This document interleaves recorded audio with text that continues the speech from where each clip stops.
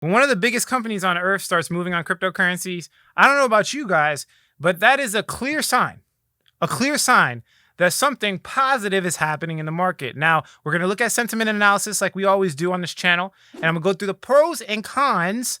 Let me be clear. The pros and the cons, not just the pros. That's what we're going to be talking about in this video. Keep watching.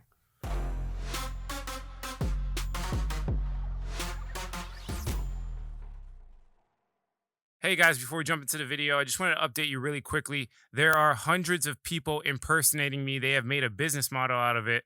These guys are making new accounts at will. They will copy my posts. They will copy my avatar. They are going to copy and paste everything about my life to convince you that they are me. You guys know the only thing I sell is the fundamentalsecrets.com, my digital course. So if you apply there, then yes, somebody will reach out. Other than that, guys, it's a scammer. Don't let them take your money.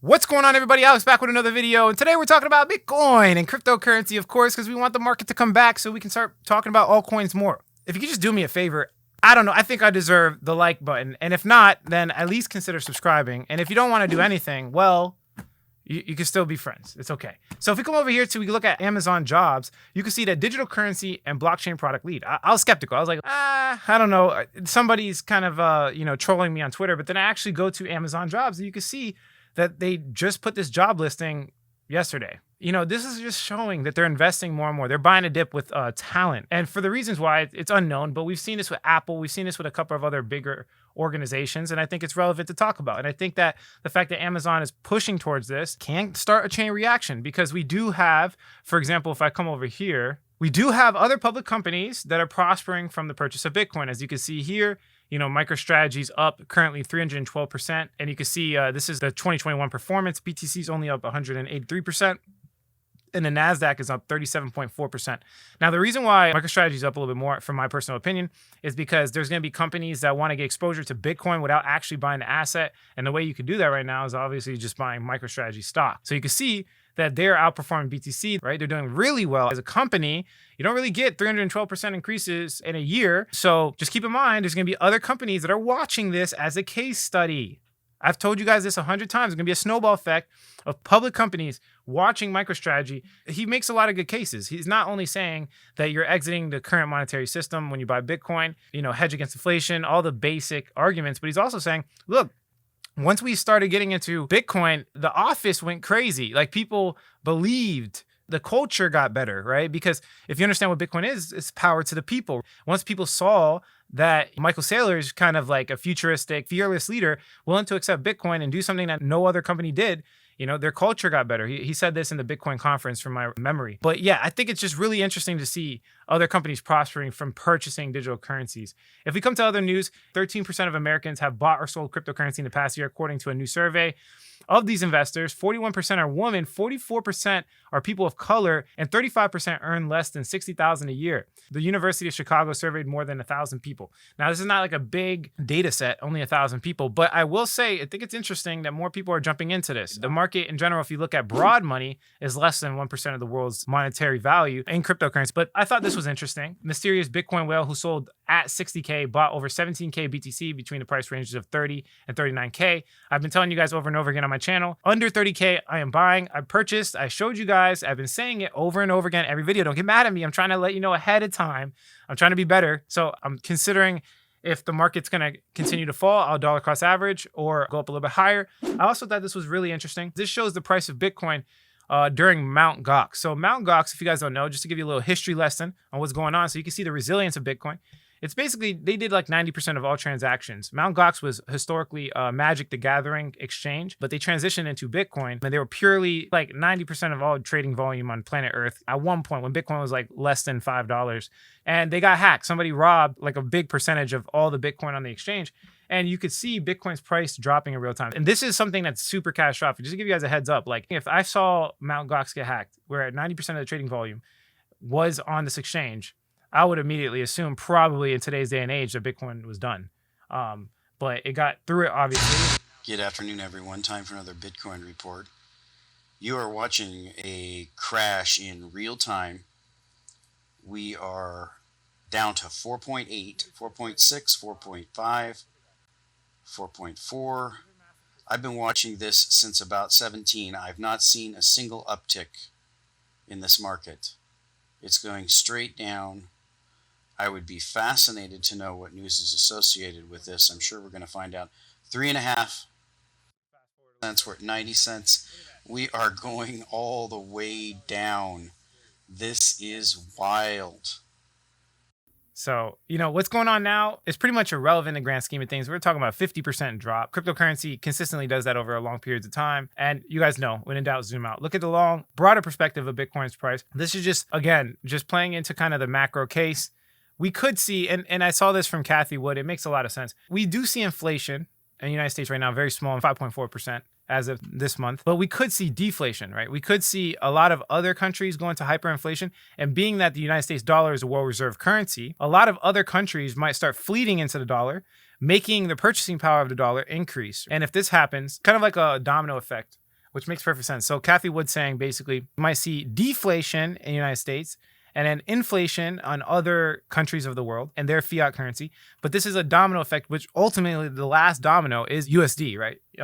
It's a weird situation, but there are obviously issues arising in the economy of other parts of the world. There's hyperinflation in some countries, and in Europe specifically, there's supply chain issues and an inflation squeeze, the same thing we're seeing in America right now. There's supply chain issues pretty much on all over the world because nobody has jobs. For whatever reason, it's actually coming out specifically with semiconductors, as you can see right here, among the most high-profile examples. European Central Bank president said Thursday that the pandemic continues to cast a shadow on the economy. She also noted that the bottlenecks are holding back production, and she said there's a long way to go before the damage to the economy caused by the pandemic is offset. So I've been saying it over and over again. I just like updating you guys on economics because it's really important for Bitcoin's price, pretty much everything. I mean, when it comes to making money in crypto, you have to know finance, technology, you have to know macroeconomics. This is just highlighting the supply chain shortage. There are problems arising, and whether you see it or not, these news articles kind of give you the case study for that. Now, new things are rising, new thesis happening in my head. What I'm noticing is a lot of regulation and bans on the stablecoin. We just recently see BlockFi get a cease and desist order from Alabama and Texas regulators. That is bad. It reminds me of BitConnect back in the day when they got their cease and desist order. Now, are they trying to attack crypto? That's speculation. I've heard a lot of people saying that. What I think is they're actually scared of stablecoins. I think that's a real problem. And that's why you see them pushing it. We've seen people in Congress trying to push regulation and bring awareness around the subject because, guys, getting 8% APY on Celsius per year and the way that they pay out per week, compound effect outcompetes the S&P 500. That is no joke. There's so much opportunity in decentralized finance. I'm split because, you guys know I love DeFi and the innovation that's going on, but, just hearing Michael Saylor, it's really true. Like, if Bitcoin is considered property, so it already has regulation in the books. But when it comes to DeFi, not really. They're very likely to be attacked, is what I'm trying to tell you guys. So I get why he just holds Bitcoin in a lot of situations. I do think that the risk to reward by buying Ethereum and some DeFi products are good and makes us money. But at the end of the day, regulation, man, they're going to attack anything that poses a threat to the world reserve currency. Guys, get your money off BlockFi. I wouldn't be surprised if they're attacking other companies like Celsius and stuff like that. Hopefully not. But this scared me a little bit, I will say, when it comes to crypto. I can't give you all the pros. This is a con. This is a bad con, especially for DeFi. The fact that they're putting these cease and desist orders. We need more regulation. We need more clarity so that they can thrive or not thrive. And maybe they don't allow it. I don't know. I don't make the market. I just update you guys on it. Just remind you, though, ETH 2.0 is coming out in a good amount of time. So again, when in doubt, zoom out. Your cryptocurrency's down. Oh, well, go work a job, get some passive income, go get some cash flow, work harder at your job, find a better job, build a business, do what you have to do because crying about it's not going to get you anywhere. This is also scaring me a little bit. Dfinity faces class action lawsuit claiming ICP token is an unregistered security. Guys, why are they coming out with all of this? Honestly, I don't know, but I'm not going to look into the actual investigations. I might get rid of my ICP for now, the same way I got rid of my XRP when XRP got sued. I'll update you guys more on this. If you guys want me to make a complete video about ICP, leave a comment below. Let me know. I'll jump into it. Also, layer 2 solutions becoming a thing. Ethereum 2.0, layer 2. I've been talking about it. Optimism jumped on Uniswap. That was huge. Arbitrium coming out to these DeFi protocols. This is big news. JP Morgan greenlights wealth management advisors to take crypto front orders report. JP Morgan 5 years ago was calling Bitcoin a scam. Now they're offering it to their institutional clients. It's crazy. The 360 people can go through when they actually research crypto and understand what it actually is. At the end of the day, the truth will set you free. And I just want to update you guys on kind of the last piece of news here. Lightning Network, BTC capacity increasing. Lightning Network, don't sleep on it. The ability to send and receive Bitcoin fast. And this is native to the Bitcoin blockchain, so it's not like DeFi. Some people claim it is, but in my personal opinion, I don't believe it's sacrificing any type of security when you use the Lightning Network specifically. I think there's centralization issues if you're using Ethereum, but I will say that this is very interesting that there's a lot of adoption, guys, happening in different areas under your eyes. I have to report. I have to keep you updated. If you like the quality of this content, hit like. If you don't, leave some constructive criticism. Subscribe for more video updates. And like I always say, if you don't get with it, you will get left behind, man. And just like my videos, man, everyone leaves crypto when there's a dump. But the true people that stay get the best rewards. So congratulate yourself. Pat yourself on the back for being here. But yeah, that's it for this video, guys. Catch you in the next one.